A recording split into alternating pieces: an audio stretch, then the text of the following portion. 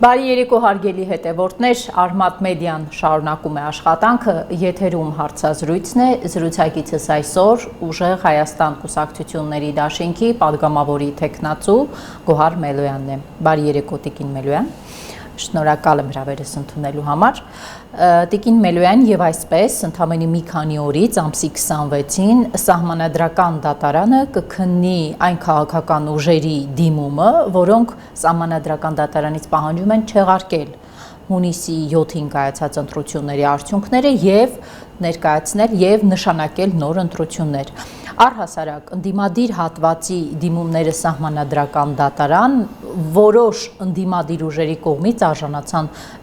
այսպես ասեմ, քննադատության, մարդիկ ձեզ հարցնում են, դուք Նիկոլ Փաշինյանի ձևավորած սահմանադրական դատարանից ինչ հույս եւ ակնկալիք ունեք, ինչու որոշեցիք դիմել այդ այդյան։ Բարի երեկո, շնորհակալ եմ հրավերի համար։ Այո, մենք դիմել ենք սահմանադրական դատարան ընտրության արդյունքները անվավեր ճանաչելու պահանջով, ասեմ հետեւյալն է սահմանադրական դատարանի մասին սահմանադրական օրենքի կարգավորումը, երբ արդյունքները ամփոփվում է կենտրոնական ընտրական հանձնաժողովի կողմից, ընտրություններին մասնակցող կուսակցությունները եւ կուսակցությունների դաշինքները հնարավորություն ունեն անհամաձայնության պարագայում այդ արդյունքները բողոքարկել։ Սահմանադրական դատարանը ունի երկու հնարավորություն կամ կենտրոնական ընտրական հանձնաժողովի որոշումը թողնել անփոփոխ եւ վավեր ճանաչել ընտրության արդյունքները կամ երկրորդ տարբերակը անվավեր է ճանաչում եւ 3 ուղղությամբ է գնում։ Առաջինը ընդհանուր արդյունքներն են անվավեր ճանաչում, երկրորդը անվավեր է ճանաչում եւ մանդատների բաշխման նոր կարգ է սահմանում եւ երրորդը անվավեր է ճանաչում եւ երկրորդ փուլ է նշանակում։ Հիմա մեր պարագայում ուժեղ Հայաստան դաշինքը 3 ենթակետերի պահանջներով էլ հիմնավորումներ է ներկայացրել։ Ընդգծենք, որ սա աննախադեպ իրավիճակ է, որովհետև 18 մասնակցող քաղաքական ուժերից 7-ը դիմել են սահմանադրական դատարան, այսինքն միայն այս հանգամանքը գալիս է հաստատելու այն պնդումը, որ մարդիկ մեծամասամբ ըստ էության այդ թվում քաղաքական ուժերը հաշտ չեն եւ ընդունելի չեն համարում այս արդյունքները եւ այդ լայնածավալ միջամտությունները, ընտրախախտումները, որոնք միայն քվեարկության օրը տեղի չեն ունեցել, որոնք տեղի են ունեցել նաեւ ողջ նախընտրական քարոզչության ծիրում, այդ ամենի համասփյուրը գալիս է ճանաչելու ոչ լեգիտիմ այս ընտրությունները, այսինքն բազմատեսակ խախտումներ են եղել։ Հիմա այն քննադատությանը, թե ինչու ենք մենք դիմում սահմանադրական դատարան։ Հաշվի առնելով, որ այնտեղի դատավորներին բոլորին հատ-հատ ընտրել է Փաշինյանը։ Տեսեք, բնականաբար մենք եւս կիսում ենք մի շարք վերապահումներ, որոնք հանրությունը եւ այդ թվում որոշակի քաղաքական շրջանակներ բարձրաձայնում են։ Հիմա ներկայացնենք երկակի իրավիճակ, հա։ Եթե մենք չգնայինք սահմանադրական դատարան դիմելու ուղով,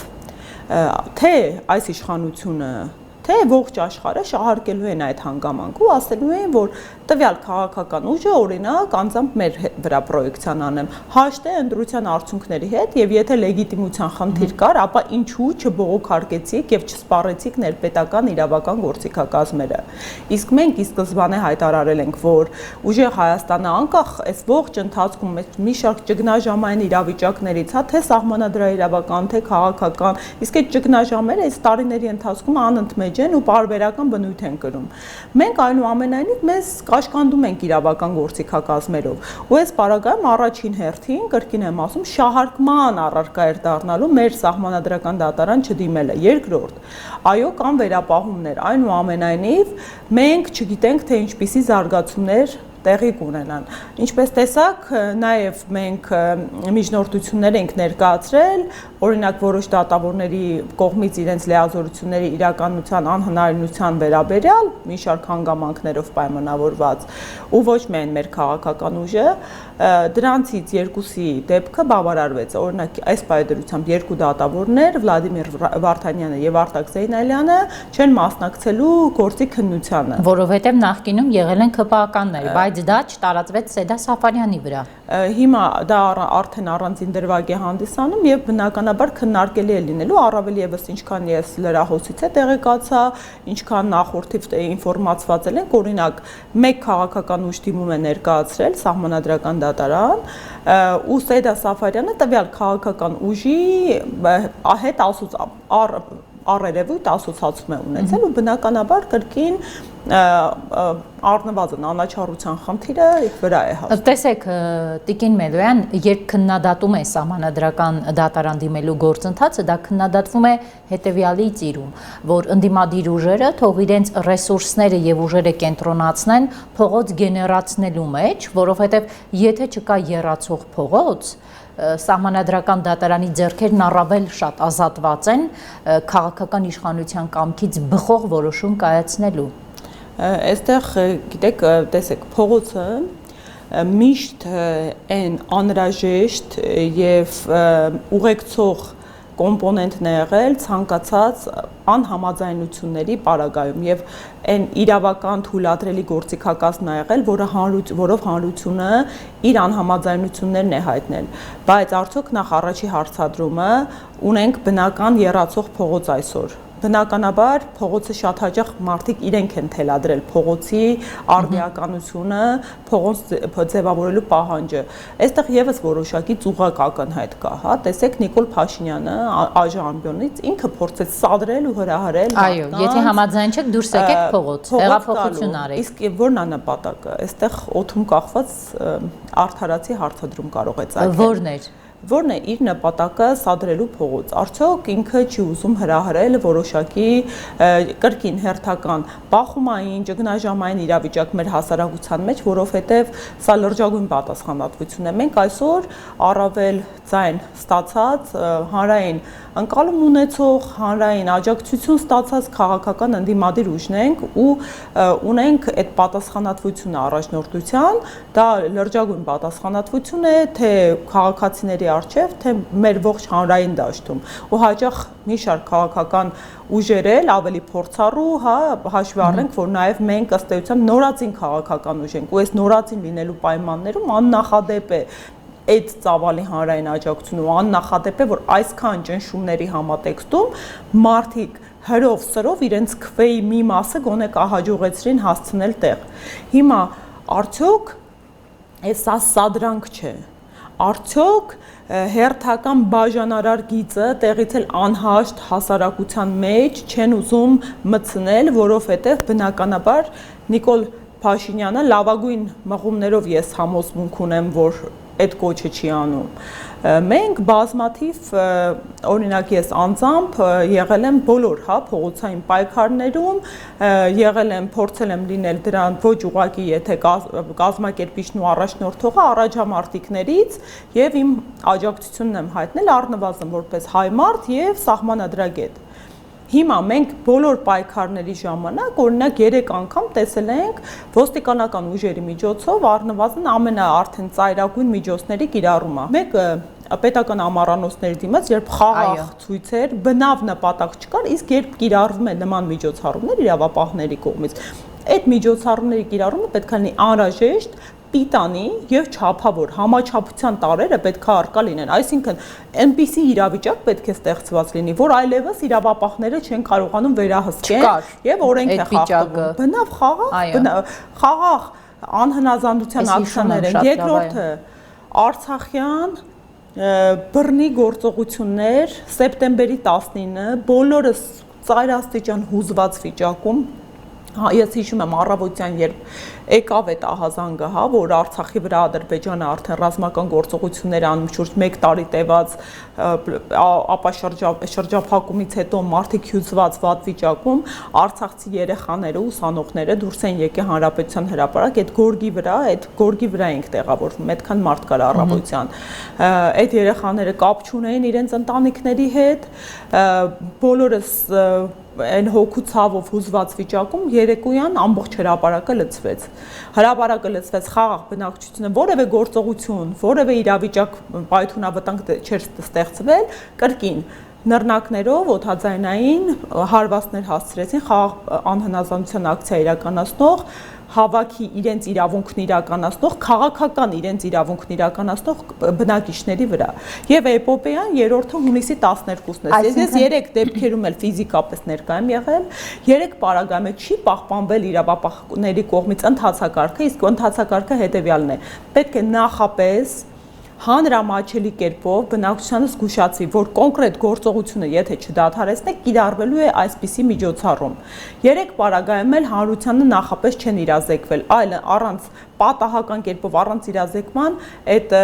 նռնական հետը տեղի է ունեցել, անկախ նրանից, հա, ինքը ինչպիսի ազդեցություն ունի։ Ունենք հետևանքներ, հա, անկախ կարող է կյանքի համար անհամատեղելիության հետևանք ինքը որպես կանոն չի առաջացնում, բայց կանոն ընթացակարգ կա, օրինակ պետք է նետվի տվյալ խաղաղ բնակիչներ անհնազանդության գներեք խաղաղ անհնազանդության ակցիա իրականացնողներից 100 մետր շարավիղ հեռավորության վրա։ Իսկ այս պարագայում կոնկրետ մարդկանց ուղղությամբ էր նետվում։ Բոլոր պարագայում կային անչափահաս երեխաներ, հա, տարեց մարդիկ։ Այսինքն այս սցենարը չի ուզում ուժեղ Հայաստանը այս պարագայում, երբ турք չի տալիս կոչերին եւ մարդկանց փողոց դուրս չի հանում, սա է բնավ սցենար, մենք ամեն ինչ բնականաբար ամեն ինչ ակնկալելի է ու բնավ նենց չի որ խուսափում ենք վտանգավոր սցենարներից ու զարգացումներից։ Իմ առաջնորդները բարձրաձայնեցին, անդրադարձան այս թեմային ու ասացին փողոցը պետք է գեներացվի մեկ անգամ եւ վերջնական։ Եթե այս իշխանությունը շարունակելու է ճգնաժամային գործիքակազմեր օգտագործել, չի կարելի փողոցը դարձնել շահարկման առարկա, չի կարելի փողոցը քաղաքական նեղ նարատիվի սպասարկման առարկա չկա, եթե դու չունես պլանավորում, հստակ ընթացակարգ։ Մենք հիմա ունենք օրակարգային առաջնահերթություններ, մենք ունենք այդ հստակ օրակարգային առաջնահերթությունը հենց այս պարագայում, տեսեք, ստեղծված իրավիճակում նեղ կա հեռանկարային երկարաժամկետ, կա իրավիճակային կարճաժամկետ։ Իրավիճակային կարճաժամկետը դա ընտրությունների լեգիտիմացման հետ կապված խնդիրներն են, որովհետև իշխանությունը մեկ քայլ էլ, մեկ կարմիր գիծ էլ հատեց։ Դա կենտրոնական ընտրական հանձնաժողովի հայտնի որոշումներ, որով իրենք ըստ էության մի ամբողջ քաղաքական ուժի ակնհայտ քաղաքական նպատակահարմարությամբ դուրս թողեցին մանդատների պաշտպան կարգից, ինչ տեղի ունեցավ։ Սցենար էր փոխվել։ Սա լիովին նոր ազգային ժողով էր։ Այսինքն Փաշինյանը չէր սպասում այսպիսի զարգացման, որ ԲՀԿ-ն կմտնի խորհրդարան, կհավաքի այդքան ձայներ։ Կարող եմ ինձ թույլ տալ համոզմունք արտահայտել, հաշվի առնելով իրենց ողջ նարատիվը, համեզ են մեղադրում, ասում են դուք ասում եք գնում ենք հաղթանակի, ու այո, մենք ունենք համոզմունք, որ այդ հաղթանակը հնարավոր է, որ Սամվել Կարապետյանը մեր առաջնորդը լինելու է վարչապետ, որովհետև կային գիտական հիմնավորումներ, կային սոցիալական հարցումներ ու բոլոր սցենարներով իրենք այլևս հնարավորություն չունեին մեծամասնություն ունենալու։ Ու ուղղակի հաշվի չէին, ինչքան էլ հաշվի ենք առել տարաբնույթ միջամտությունները, օրինակ այդ վարչական ռեսուրսի շահարկում, մեր նկատմամբ իրավապահ մարմինների բառից բուն իմաստով արշավանքները, մեր հարյուրավոր համագիրների, աջակիցների, գործընկերների ձերբակալությունները եւ այլ իրավական հետևանքները, այնուամենայնիվ այս աստիճան միջամտությունների ծավալը ակնկալելի չէր, նախ հատեց իր ժողովրդավարության այդ հերթական կարմիր գիծը մի շարք միջամտություններով ընտրական գործընթացին, թե նախընտրական, թե քվեարկության օրվա ծիրում, իսկ խախտումները ոչ միայն քվեարկության օրն են տեղի ունենում, խախտումներ են համարվում նաև ողջ նախընտրական գործընթացում հավասարության, ազատության, արդարության, թափանցիկության, գաղտնիության հիմնարար ընտրական իրավունքների սկզբունքների ոտնահարումները, որոնք ձեր դեպքում բոլոր կետերով այո խախտված էին։ 5 կոմպոնենտով է խախտված են, ասեմ ավելին, ինչքան էլ կար համագործակցելիության այդ շղարշը, որ իրանք փորձում են նետել, հա, որ եվրոպական կառույցների կողմից աջակցություն եւ այլն, այնուամենայնիվ թե ԵԱԳ-ն է իր միջանկյալ զեկույցներում արձանագրումներ կատարել, անհամեստորեն ասեմ, ես բազմաթիվ հանդիպումներ եմ ունեցել, համագործակցել եմ իրենց հետ եւ իրենք հակված էին լսելու եւ այո, գոնե մինիմալ կերպով այդ արտացոլումները գտել, օրինակ ուղղակիորեն արձանագրված կա, որ այս իշխանությունը, այս քաղաքական ուժը իրեն սերտաճեցրել է վարչական ռեսուրսի հետ եւ վարչական ռեսուրսի չարաշահումներ են եղել մի շարք դրսևորումներով։ Բայց այդքանով հանդերձ չկարողացավ 50+1-ը տանել նաեւ դա կա։ Այո, հիմա թոշակների բարձրացում, ընտրություններից առաջ, առողջապահության ապահովագրություն, վարորդներին տուգանված վարորդական վկայականների վերադարձ, նաև առանց քննությունների, սուբսիդիաներ, գյուղատնտեսական, նպաստների բարձրացում, ասֆալտ փռել եւ այլն, եւ այս ամենի պարագայում, պարգևավճարներ եւ 50+1-ը չկարողացավ տանել, բայց Տիկին Մելյան, մի տեսակ տպավորություն է, որ այնուամենայնիվ ընդդիմությունից մի քանի քայլ առաջ է գնում Նիկոլ Փաշինյանը, որովհետև այո, իր ձեռքում ունի կենտրոնացած ռեսուրսներ։ Հիմա տեսեք, այո, ուժեղ Հայաստանը մի քանի ամսում կարողացել է դառնալ հայաստանյան քաղաքական դաշտում առաջատար ընդդիմադիր ուժ, բայց մենք տեսնում ենք, որ այդ ընդդիմադիր ուժին այսպես փորձում են անընդհատ խեղդել ամենաշատ կալանավորված մարդիկ, քրեական վարույթներով անցնող մարդիկ հենց ձեր ուժից են։ Ինչու է դեռ ըստ էության փողոցային պայքարի օրակարգը վաղաժամ, որովհետև մենք դեռ զարգացումներ ունենք։ Օրինակ, որևէ մեկը չէր սպասում, չէ, որ կարողանանք արձանագրել այս աստիճան խախտումներ։ 1. Երկրորդը, որևէ մեկը չենք սպասում, որ կգնա այն ծայրահեղ գործիքակազմով ու Բարգավաճ Հայաստան, այսինքն ԿՀ-ն հաշվարկային իրականացնի վերաքվեարկության ու անվավերության այդ շատ նուրբ սահմանի հատում, իսկ հստակ ընտրական օրենսգիրքը միջազգային նախադեպային պրակտիկան Վենետիկի հանձնաժողովը ասում են, այո, եթե օրինակ կենտրոնական ընտրական հանձնաժողովը այս 3 տեղամասային կենտրոնների արդյունքները անվավեր ճանաչեր ու դրանք որևէ ազդեցություն չունենային ընդհանուր արդյունքների վրա, նորմալ կլիներ, եթե վերաքվեարկություն չսահմանվեր, բայց ընտրական օրենսգիրքը հստակ տանում է այդ կարգավորումը եւ կարմիր գիծ ասում է, եթե էական արդյունքներ է ունենում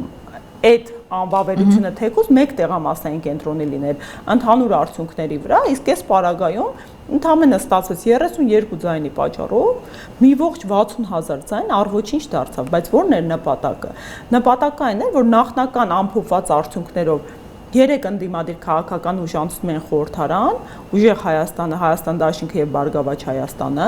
եւ կոտրվում էր 3/5-ը, դա եմ ասում, լրիվ այլ խորհրդանի հետ ենք գործ ունենալու, հա, մի շարք գործիքակազմեր, այլևս քաղաքացիական պայմանագրի չեն, ամենակարևորը, օրինակ, շատ հաճախ թերագնահատում են, բայց դա լրջագույն գործիքակազմ է, սահմանադրական օրենքներում փոփոխություններ, լրացումներ կատարելը։ Մենք տեսնում ենք, հա, ցանկացած պայն ընտրական օրենսգիրքը ոնց են խաղալիք դարձրել ու անգամ նախընտրական ծիրում քանի փոփոխություն կատարեցին։ Հիմա այս հարցով կա նաև այսպիսի մտահոգություն, որ ԿՊ-ն ուղակի ընդդիմադիրներից պատգամավորներ կգողանա։ Թող ընդդիմադիրները այդպես հանգիստ չլինեն, որ ԿՊ-ն անհրաժեշտ ձայները չունի, իրենք կգտնեն մեխանիզմներ ընդդիմադիր հատվածից ձայներ գողանալու եւ խորհրդարանում կունենանք Գեգամ Նազարյաններ, Իշխան Զաքարյաններ։ Այդ ձայնագողությունը էլի կրկին, հա, այդ սեփ խրող իրենց օրակարգից է ու խոսույթից է։ Ես մի անգամ ասեցի ու բավականին թիրախավորվեցի, բայց շարունակում եմ ասել, իրենք այնպիսի երկարաժամկետ, հա, կարճաժամկետը խոսեցինք, դա հիմա էր, փողոց գեներացնել ու օրակարգ ունենալ։ Ինչը ասեցի, մենք ունենք հետընտրական շրջան, ընտրախախտումների արձանագրման, ԿՀ, կենտրոնական ընտրական հանձնաժողով պրոցեսներ, սահմանադրական դատարան պրոցեսներ։ Ու դեռ վատ սցենարների ակնկալիքներ չպետք է բացառենք, հա, իսկ փողոցը միշտ զուգակցում է, որովհետև մեր ընտրողը այսենց ուշի-ուշով հետևում է, հա, իմպուլսների են սպասում մարդիկ ու մարդիկ պատրաստական են, հա, համոզմունք ունեմ, եթե շատ լուրջ հերթական կարմիր գիծը հատվի, մարդիկ ինքնաբուխ այդ փողոցային շարժումներ են մեկնարկելու, ինչպես շատ հաճախ հենց մարդիկ է թելադրողն են եղել քաղաքացիները։ Հիմա զուգահեռ սրան ունենք երկարաժամկետը։ Մենք ունենք սահմանադրական փոփոխությունների օրակարգը, որը Ալիևն է թելադրել այս իշխանությանը։ Նոր սահմանադրություն, արդյունքում թիրախավորված անկախության հռչակագիր, արդյունքում թիրախավորված ընդհանրապես պետականության գոյության վտանգ եւ մեր ինքնության պայքար։ Պատահական չի, որ անդադ հիմա մենք իրենք շահարկում են, հա, ասում են, բա ուր են 300,000 ադրբեջանցիները։ Իրենք են շահարկում, բայց այդ 300,000 ադրբեջանցիներին Հայաստան բերողները խոսում էին մեկ շաբաթ առաջ։ Գիտեք, այդ ծաղրանք է, որովհետև այդ 300,000 ադրբեջանցիները բնավ երբեք մեր համար նախընտրական ինչ-որ շահարկման առարկա չի եղել։ Դա ազգային անվտանգության լրջագույն խնդիր է, եւ եթե իրենք մի քիչ հայամետ իշխանություն լինեին, իրենք պետք է այդ հարցի լուծումը տային ու փորձեին այդ 300,000 ադրբեջանցիների պահանջի հետքերով գնալ։ Չկա իդեպ արձագանք։ Տիկին Մելոյան, տեսեք, Օրդուբարդում խոսում էին, չկա արձագանք։ Մեր կառավարության ղեկավար Փաշինյանը ոչ մի բառ չասաց։ Ընդամենը մի շաբաթ առաջ Օրդուբարդում այդ համաժողովին ու պահանջին, որ ապահովեք ադրբեջանցիների բնակեցում։ Տեսեք, Նախիջևանում մեր քթի տակ օրեր առաջ հունիսի 18-ին եւ 19-ին եղել է երրորդ համաժողովը, երրորդ, այսինքն մի հատ եղել է առաջինը, այս վերջին 4 տարիների ընթացքում, մի հատ երկրորդը, մի հատ էլ երրորդն էր։ Երրորդ համաժողովում իրենք այդ համաժողովների անվանումը եղել է Վերադարձ Արևմտյան Ադրբեջան։ Այդ Արևմտյան Ադրբեջանը իրենք պատկերում են Հայաստանի Հանրապետության քարտեզով։ Այնտեղ մարդիկ ասում են, այո, Ղարաբաղը վերադարձրենք, հիմա Զանգեզուրի հարցն է, Ժողովուրդ ջան, Զանգեզուրը Սյունիքն է։ Իրենք ասում են, մենք պետքա մեր Գյոչա գնանք։ Գյոչան մեր Սևանն է, մեր Գեղարքունիքի մարզ։ Ես չգիտեմ մենք ոնց ասենք, որ սա հիմա չկա, չէ՞, նախընտրական քարոզչություն։ Հիմա էլ չեք կարա մեզ գաք ձայն տակ։ Սա ես ուզում եմ, որ մարդկանց այդ ինքնապահպանության բնազդը արթնանա։ Եվ որ քո իշխանությունը այսինքն հիմա իրանք ասում են խաղաղության ենք գնում մի պետության հետ, այդ պետությունը պետական ֆինանսավորմամբ իրանց ազգային ժողովի մեջլիսի պետական ու պաշտպանության հանձնաժողովի նախագահն է ելույթ ունենում ու նկրտումներ է ներկայացնում մեր Հայաստանի Հանրապետության տարածքային ամբողջականության նկատմամբ, մեր Հայաստանի Հանրապետության ինքնիշխանության նկատմամբ հիմա ուրա միջազգային մի հատ հիստերիան սրա հետ կապված, չէ՞ որ մենք օրինակ օգոստոսի 8-ին Ամերիկայի Միացյալ Նահանգների մայրաքաղաք Վաշինգտոնում երրակողմ հռչակագիր ենք ստորագրել, որտեղ այդ ինքնիշխանությունը, տարածքային ամբողջականությունը հիմնարար սկզբունք են խաղաղության օրակարգում հռչակել։ Հիմա սա բացահայտ նկրտում է, բացահայտ վտանգ է, հենց առաջին հերթին հարված է մեր ինքնիշխանության։ Այսինքն որտեղ է արձագանքը Միացյալ Նահանգներից չկա։ Բոլոր մաս կազմող ուժերի ու բայց առաջինը Փաշինյանը չի արձագանքել։ Այո, նախաձեռնողը պետք է Հայաստանի Հանրապետության իշխանություն լինի։ Հիմա Ժողովուրդ ջան, գնացեք ու հատկապես ժողովրդի են հատվածը, որ իրենց քվեն տվեց խաղաղության խաբուսիկ օրակարգին եւ Նիկոլ Փաշինյանին։ Գնացեք հարցրեք։ Ինչ եք ասում։ Որն է ձեր արձագանքը, որն է ձեր գործողությունը։ Արդյոք դուք հաշտ եք եւ արդյոք դուք համոզմունք ունեք, որ երբ ասում են Սևանը Գյոչայա կամ Զանգեզուրյան Միջանցքի նկատմամբ նկրտում են, դա խաղաղություն է։ Բնավ խաղաղություն չի ու իրենց ոչ իրենց նախաստորագրած խաղաղության պայմանագրի բովանդակությունից ու բնույթից է դա բխում։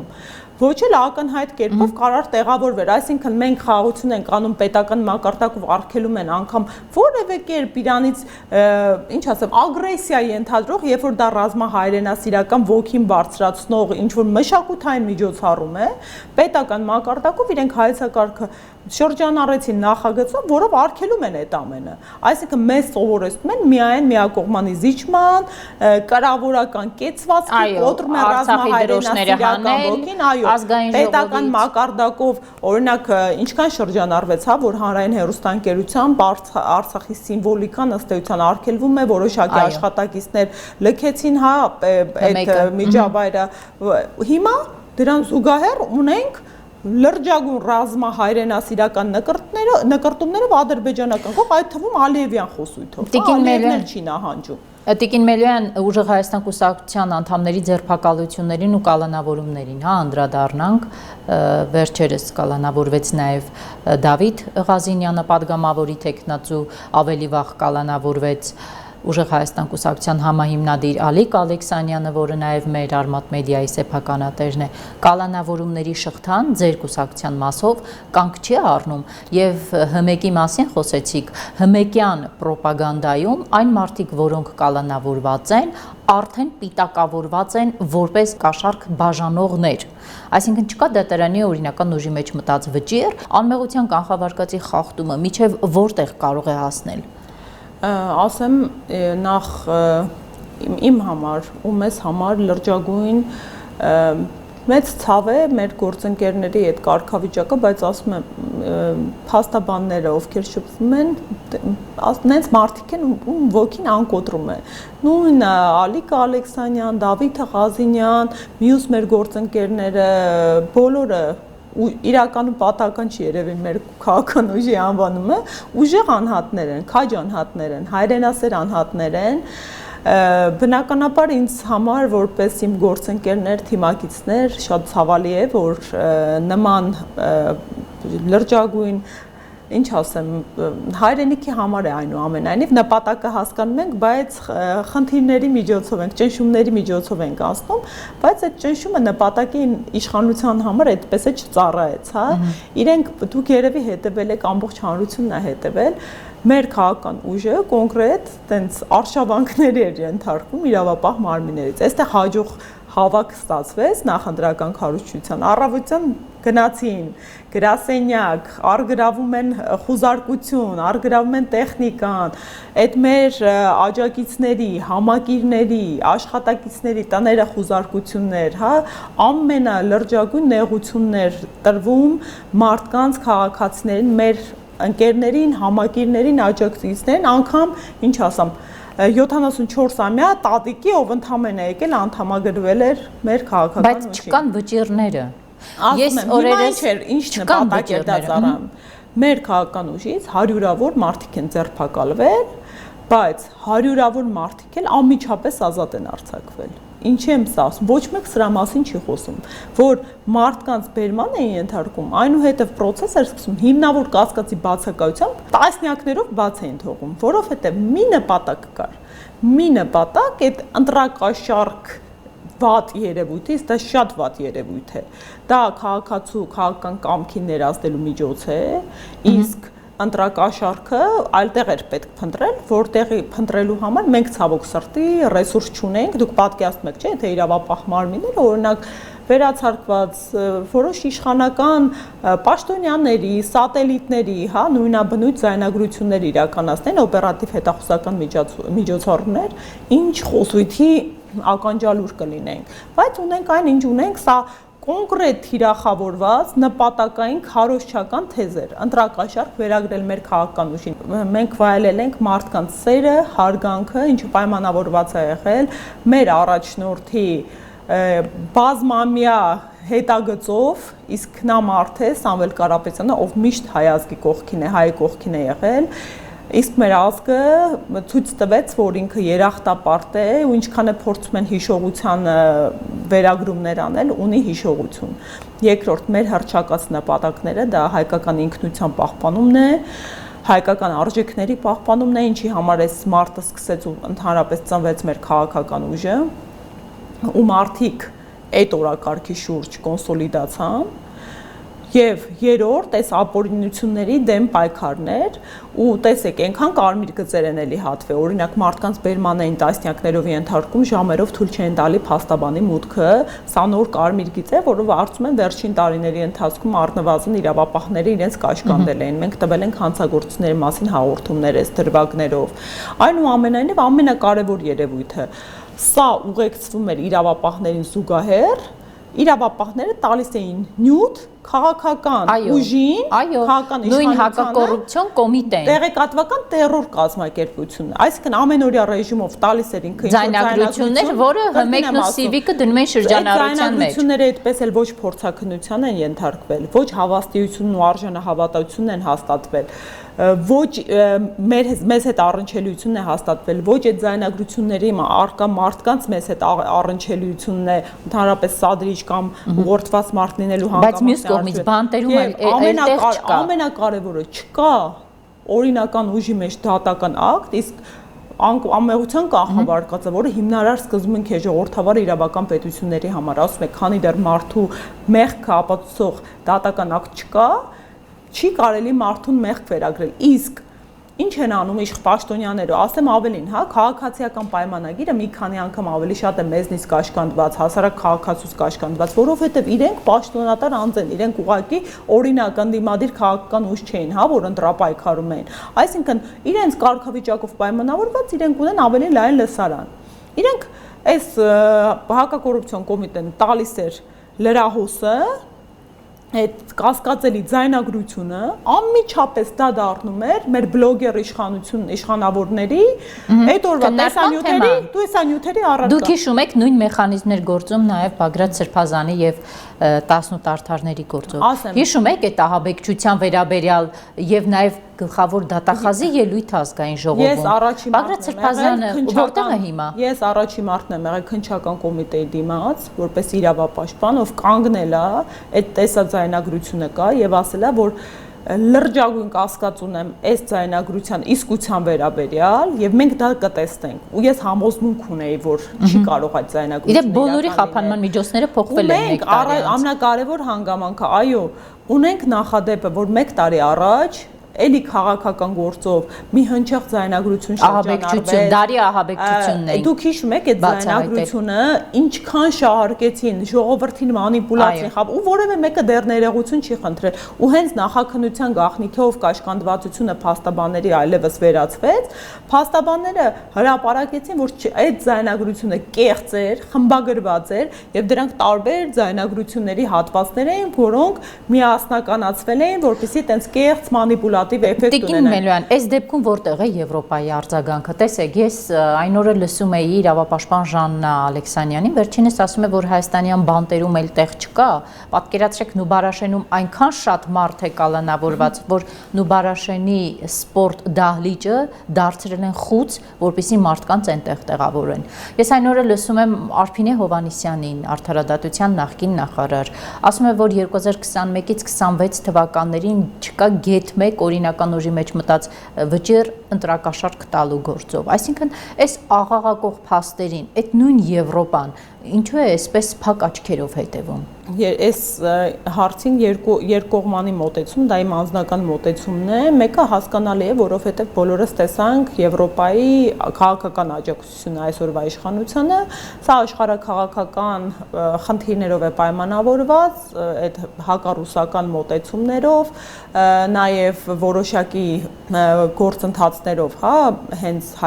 Հայաստանի նկատմամբ պլանավորումներով աշխարհաքաղաքական, որոնք շատ հաճախ կրկին եմ ասում հայ ժողովրդի ու հենց մեր անձնական շահերից բնավ չեն բխում, օրինակ, հա, մենք տեսնում ենք հայտնի հայտարարությունը հայկական էլեկտրական ցանցերը կտրել ռուսական աղբյուրից միացնել թուրքականի, այսինքն նաև այստեղ ռազմավարական օբյեկտների անվտանգության խնդիր է ծագում, որովհետև մեզ այդ աստիճան թուրքական կախվածության մեջ գցելը լուրջ խնդիր է։ Մենք ընդհանրապես լրջագույն խնդիրներ ունենք ինքնիշխանության հետ կապված, որովհետև նույն այս իշխանության թեթև ձեռքով մենք ավելի քան երբեք այդ թվում Ռուսաստանից տնտեսական անգամներով ավելացել է հենց իրենց օրոք։ Դա էլի ինքնիշխանության խնդիր է, տնտեսությունը ոչ գրագետ կառավարման կազմակերպման արդյունքում կախման մեջ գցել որևէ պետությունից։ Իսկ էլի եմ ասում, երբեք մեր տնտեսությունը Ռուսաստանից այսքան մեծ կախվածություն չէր ունեցել, քան Նիկոլ Փաշինյանի կառավարման օրոք։ Այսինքն մենք բոլոր ուղղություններով տեսնում ենք, որ մեր ինքնիշխանությունը խոցելի է դառնում։ Հայ մարդու կամքին այդքան միջամտություն, քան այս ընտրություններին էր, արտաքին միջամտություն։ Ընտրություններից առաջ նաև լրատվամիջոցի գործունեության խոչընդոտումը, այո։ Հիմա մեկով կան Արմատ մեդիայի հետ կապված հայտնի իրադարձությանը։ Ես կարծում եմ սա շատ թերագնահատվեց, չբարձրաձայնվեց եւ պայմանավորված էր այդ նախընտրական աղմուկով, բայց սա կրկին լրջագույն ժողովրդավար ու իրավական հասարակության խնդիր է։ Ընտրությանը նախորդող ընդամենը 2 օր առաջ լռության նախորդող օրը էլի, հա, ես արշավանք եմ դա համարում, որովհետև նորմալ իրավական պետություններում ծանուցագրեր են ուղարկում, նորմալ կերպով իրավապահների հետ գործընթացներ են մեկնարկում, իրավապահները ներ են խուժում լրատվամիջոց։ Ընդհանրապես Եվրոպական միության, Եվրոպական դատարանի կողմից կոնվենցիոնալ ամենապաշտպանված իրավունքներից մեկը 10-րդ հոդվածն է, ազատ արտահայտման իրավունքը, ու պատահական չէ, որ ԶԼՄ-ներին ընդհանրապես մենք տեսության մեջ ասում են 4-րդ իշխանություն, որովհետև ժողովրդավարության թոքերը դա ազատ մամուլն է, ազատ զանգվածային լրատվության միջոցներն են, երբ որ ճնշում են ազատ մամուլը, սկսում է ժողովրդավարությունը խեղդվել։ Հիմա մեր երկրում բացահայտորեն ժողովրդավարությունը խեղդվում է։ Բայց գիտեք, Տիկին Մելոյան, խոսքի ազատության պաշտպանության կոմիտե կա, Աշոտ Մելիքյան դրա նախագահը, Աշոտ Մելիքյանը միայն 1 տարվա կտրվածքով ամերիկյան կառույցներից 36 միլիոն դրամ դրամաշնոր է ստացել այս երկրում խոսքի ազատությունը պաշտպանելու համար, բայց փաստորեն Արմատ մեդիայի լրագրողները խոսքի ազատության պաշտպանության կարիք չունեին, չպաշտպանվեցին նրա կողմից։ Ես անկեղծ ասած հենց տվյալ անձի բանավեճը նայել եմ, որովհետև բազմաթիվ քաղաքացիներ ուղարկեցին շատ մեծ վրդովմունքով, հիմա տեսեք, մի հետաքրքիր տենդենս է մեր երկրում ստեղծվել։ Հասարակական սեկտորների ներկայացուցիչները, ովքեր ունեն հռչակած սկզբունքներ, գործունեության ոլորտներ, նպատակներ, ու որպես կանոն էլի աշխարհի տեսապրակտիկայի տրամաբանությամբ իրենք միշտ պետությունից ու իշխանությունից պետք է պաշտպանեն իրենց բնագավառները։ Դարձել են այս քաղաքացիական պայմանագրի պաշտպանները։ Բնավ ես կուզեի ասել, հիմա տեսեք, նորմալ հասարակությունում ու պետությունում առաջինը հենց իրենց խոսքի ազատության կոմիտեն, չէ՞ կոչվում։ Այդ կոմիտեի հայտարարությանը մենք պետք է ականատես լինենք։ Հիմա այս կոմիտեի ղեկավարը ազատ խոսքի պաշտպանության կոմիտեի ղեկավարը հանրային հեռուստաընկերությունում առաջնային ռեսուրսը, մեդիա ռեսուրսը, այստեղ երևի թե նախ պետք է խոսենք էլ ինչ որ գոլեգաների ու ըստ բնագավառի, իրար էմպաթիայից, աջակցությունից եւ այլն, հանրային հեռուստաընկերության եթերում փորձում է ինչ որ վատ ճղարշի ներքո լրատվամիջոցին ներկայացնի, հարվածի տակ դնի, դեռևս կրկին եմ ասում, խախտելով անմեղության կանխավարկածը, արդարացնելով իրավապահ մարմինների գործողությունները, որոնք անթույլատրելի են։ Մարդու իրավունքների եվրոպական դատարանը հսկայածավալ նախադեպային պրակտիկա ունի, որում կարմիր թելով գնում է անթույլատրելիությունները ընդհանրապես մեդիաներում խուզարկություններ իրականացնելու, որովհետև առաջնային խնդիրը ո՞րն է մեդիայի իր աղբյուրների գաղտնիության երաշխավորումը ու շատ հաճախ այո այդ աղբյուրների գաղտնիության երաշխավորումը ավելի մեծ արժեք է համարվել, քան մի շարք նախաքննություններ, որովհետև ինչ նպատակով են գալիս գույքը առգրավում, մեդիայի, մեկ կաթվածահար անելու լռեցնելու մեդիային, երկրորդ բացահայտելու օրինակ աղբյուրներ։ Մեր պարագայում միայն մեդիայի գույքը չէր, նաև աշխատակիցների անձնական հեռախոսներն էին։ Կրկնում եմ, կրկնակի տարօրինակ է դառնում նման հասարակական կազմակերպության նման գործելավոճը, հասկացի տակ է դնում ընդհանրապես իր որպես հասարակական սեկտորի անաչառ գործունեությունը, ու կրկին եմ ասում, ինչ որ չգիտես անհասկանալի չակերտավոր եմ այս բառը ասում, դրդապատճառներով մի շարք հասարակական սեկտորի բազմավաստակ ներկայացուցիչներ դարձել են քաղաքացիական պայմանագրի վահաններով պաշտպանները։ Ես կարծում եմ բնավ այս իշխանությունը պաշտպանների կարիք չունի, ինքը ողջ մեր վարչական ռեսուրսի լրակազմով իրեն շատ լավ պաշտպանությունն իրականացնում է, ու մարդիկ ուղղակի, եթե ունեցել են ինչ-որ հետագիծ եւ այլն, արդար նպատակներով, ես թույլ տամ ինձ մտածել, այդ կարծիքն արտահայտել, որ ինչ-որ ժամանակ գոնե նպատակներ ունեցել են արդար, հիմա լրիվ այդ իրենց անցած ճանապարհը ջնջում են, մեծ ռետինով ջնջում են, որովհետեւ դու չես կարող իշխանության քայլերը այս աստիճան ակնհայտ, այն էլ քո բլոկում, քո զբաղվածության բնագավառում այսքան կրկին եմ ասում բազմահազար իրավական հիմնավորվածություններով պաշտպանված բնագավառի հարվածից տենց պաշտպանելով ու մեկ գոնե գրառում կամ հայտարարություն տարածելով դրա անթույլատրելիության վերաբերյալ։ Իսկ մենք տեսել ենք վերջին 18-25 կոռելացիան, որ նայում ենք, ինչքան էլ որ զավեշտ է թվում Նիկոլ Փաշինյան լրագրող վարչապետի պայմաններում, անհամաչափ շատ են լրատվամիջոցների իրավունքները խախտվել, լրատվամիջոցների նկատմամբ միջամտություններ պետական ու իրավապահ մարմինների կողմից թույլ տվել, լրատվամիջոցների գործունեությունները սահմանափակվել։ Ես մշտապես լուրջ հետևել եմ այս process-ներին, եթե կհիշեք, հա, նույն 2018 թվականի հայտնի ձայնագրությունից հետո Երևան Today-ում խոզարկությունները, նյութերի առգրավումները, հրապարակի նկատմամբ, COVID, այնուհետև պատերազմ, այդ տոտալ սահմանափակումը, ամենամեծ, երբ կառավարության որոշումները ընդունվեցին, սահմանափակումների ամենամեծ բլոկը սահմանափակումների ու թիրախը դրանք ԶԼՄ-ներն էին ու տեղեկատվության ազատությունը, ազատ տեղեկատվության շրջանառությունը, սա եթե էլի եմ ասում կարմիր գծով նայենք ու թող երբևիցե նախկիններին հղում չկատարեն, որովհետև իրենք եկան իշխանության նախկինների ոչ թույլատրելի, հա, գործողությունները քննադատելու արդյունքում ու հարյուրապատիկ ավելի շատ են կաշկանդված անգամ մի սանտիմետր այդ գործելավոճի մոտենալու հարցում։ Իսկ իրենք այնպիսի կարմիր գծեր հատեցին, որ հիմա հավանաբար նախկինները նայում ասում են իսկ այսպես կարելի էր ու եթե օրինակ նախկինների ժամանակներում հիմա երևի թե մենք սանկցիաների տակ կհայտնվեր Հայաստանի Հանրապետությունը նման գործելավոճի, հա, պետական իշխանության նման սահմաններ հատելու պարագայում ցավոք սրտի ունենք այդ լուր հանդուրժողականությունը, բայց ինչպես ի սկզբանե ասացի, այստեղ ես երկրորդ կողմն եմ մեդալի որոշակիորեն տեսնում, ես նաև մի քիչ ինքնակնդատորեն մոտենամ, ասեմ, սա հնարավոր է հետևողական աշխատանքի բացակայության պատճառել է, ես կարծում եմ անընդմեջ ընդդիմադիր կառույցները, ԶԼՄ-ները պետք է ճիշտ խողովակներով աշխատեն միջազգային կառույցների հետ ու դա լինի անընդմեջ ու հետևողական աշխատանք, որպեսզի տա արդյունք, որովհետև անընդմեջ ու հետևողական աշխատանքը ես տեսել եմ ինչպես է արդյունք տալիս այնուամենայնիվ։ Շնորհակալ եմ։ Նմանապես։ Հարգելի հետևորդներ, հիշեցնեմ Արմատ մեդիայի եթերում զրուցակիցս Գոհար Մելոյանն էր, կհանդիպենք վաղը։